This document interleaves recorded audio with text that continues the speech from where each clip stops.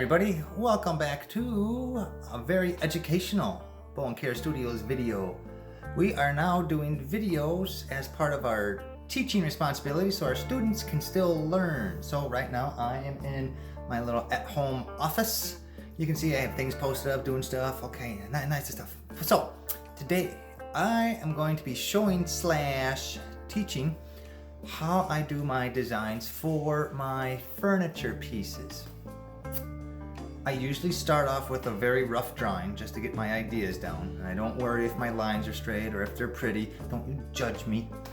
And then after that I refine them a little bit just because I did a lot of mechanical drawing in college and I kind of miss it.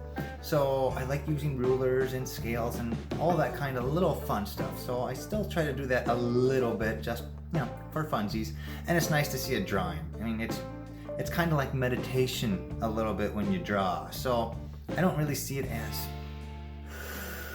working as much as I do actual, just getting my thoughts out, emptying my brain a little bit. Because the bad part about me is I know every song from the 80s and there's just no more room. So that's another reason why I do some drawings of my tables and designs and furniture, because I need to get it out. I just got to. So like I said, I usually start with a rough drawing, then I make a little prettiful drawing after that. But then my best thing I can tell you and show you is I do it on AutoCAD, because then I get true size and true shape. Because when I draw, I don't draw it to scale, I just draw it. So let me show you what that looks like. Oh my God, get your life together, kid.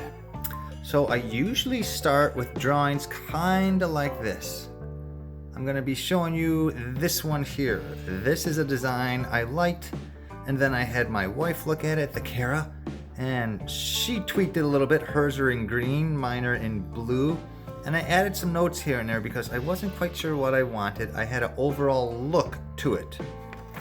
After that, I did a more refined sketch. I don't know. And if you can see by the circle, I didn't have a circle template or a compass. So, that's my best view of it. Like I said, don't you judge me. And so I did a refined sketch of that. And of course I do my 3 views. I do a front, a top, and a side.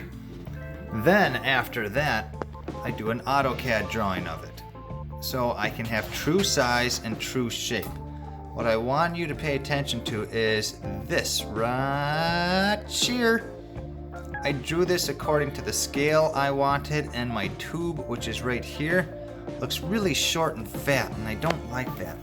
When I looked at it on here, it was long and strong, and I liked that. Then when I look at that, it's like, pickles. I'm not sure if I like that. So after seeing what I drew and then seeing what I have in the real life, I like what I drew better. So I might have to change the way I design things. And that's it. That's how I do coronavirus, touch your face. And that's how I do my designs for my furniture. I don't always go on AutoCAD all the time. Some of the times I do, depending on if I have the material for that certain bench. I do not have the material, so I'm trying to plan everything out. To recap, I start with a rough drawing, do a pretty drawing, and then I do an AutoCAD drawing. And then when I'm all done, I add all my pretties like dimensions, line weights, hidden lines, center lines, what type of wood I'm going to use, how much it's going to cost me, how long it's going to take. Because if I'm going to build this, I kind of want to sell it. So I put all of that together, because if you're going to do anything where it might make you money, you got to get all your ducks in a row. I was going to say something else, but I don't think I will. So I hope you learned a little bit of how me, myself, and I design a project. Well, that's it for now. Thanks for watching. I'll see you in the next video. Bye.